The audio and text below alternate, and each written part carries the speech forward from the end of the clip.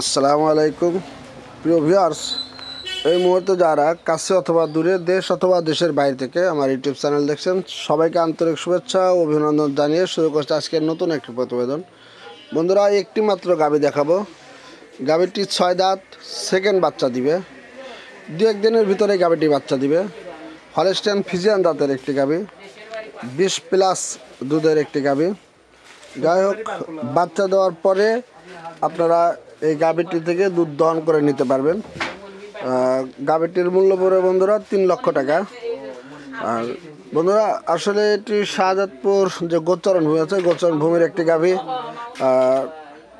এর যে body structure এবং প্রথম বাচ্চা দুধের রেকর্ড সব কিছু মিলে খুব হাই পার্সেন্টের এবং খুব ভালো মানের একটি গাভী। আপনারা খামারে আসবেন, খামারে এসে দেখে শুনে নেবেন।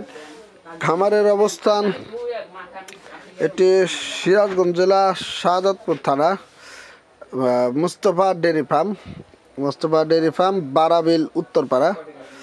বন্ধুরা, আবার বলছি, সিরাজগঞ্জ জেলা, শাহজাদপুর থানা, গ্রামের নাম বারাবিল, উত্তরপাড়া, মুস্তফা ডেয়ারি ফার্ম।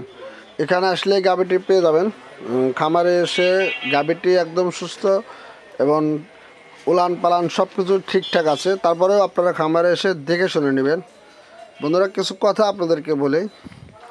বর্তমানে যেই পরিমাণে দানাদার খাবারের দাম, সেই হিসাবে যদি আপনারা ভালো গাভী নির্ণয় করতে না পারেন, তাহলে আপনারা কখনোই লাভবান হতে পারবেন না ডেয়ারি সেক্টরে। সেজন্য আমি এই খামারে অনেক গাভী আছে, আরও 15টার মতো আছে। তো আপনাদেরকে শুধুমাত্র একটি গাভী দেখালাম, যেটি আপনাদের যে কোনো খামারে নেন, যার লাভবান হতে পারবেন যে গাভী থেকে, সেই গাভীটি আপনাদের সামনে তুলে ধরি। আসলে আমার ভিডিওগুলো যারা প্রতিদিন দেখেন, তারা অবশ্যই বুঝতে পারবেন যে কী ধরনের গাভী আমি দেখাই। বাছাইকৃত যে গাভীগুলো, সেই গাভীগুলোই আমি আপনাদেরকে দেখাই। যাই হোক, এটি একটি বাছাইকৃত গাভী, খুবই ভালো মানের গাভী। যারা 20+ দুধের গাভীগুলো খুঁজতেছেন, তারা এই গাভীটির জন্য আসতে পারেন। আর বন্ধুরা, ডিসক্রিপশনে দেওয়া আমার নাম্বার থাকে, আপনারা সেখানে যোগাযোগ করতে পারবেন যে কোনো ধরনের সহযোগিতার জন্য।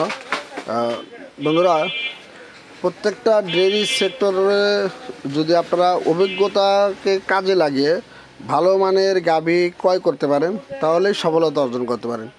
যাই হোক, দেখে শুনে ক্রয় করবেন, খামারে আসবেন, তারপরে গাভী ক্রয় করবেন। আল্লাহ হাফেজ।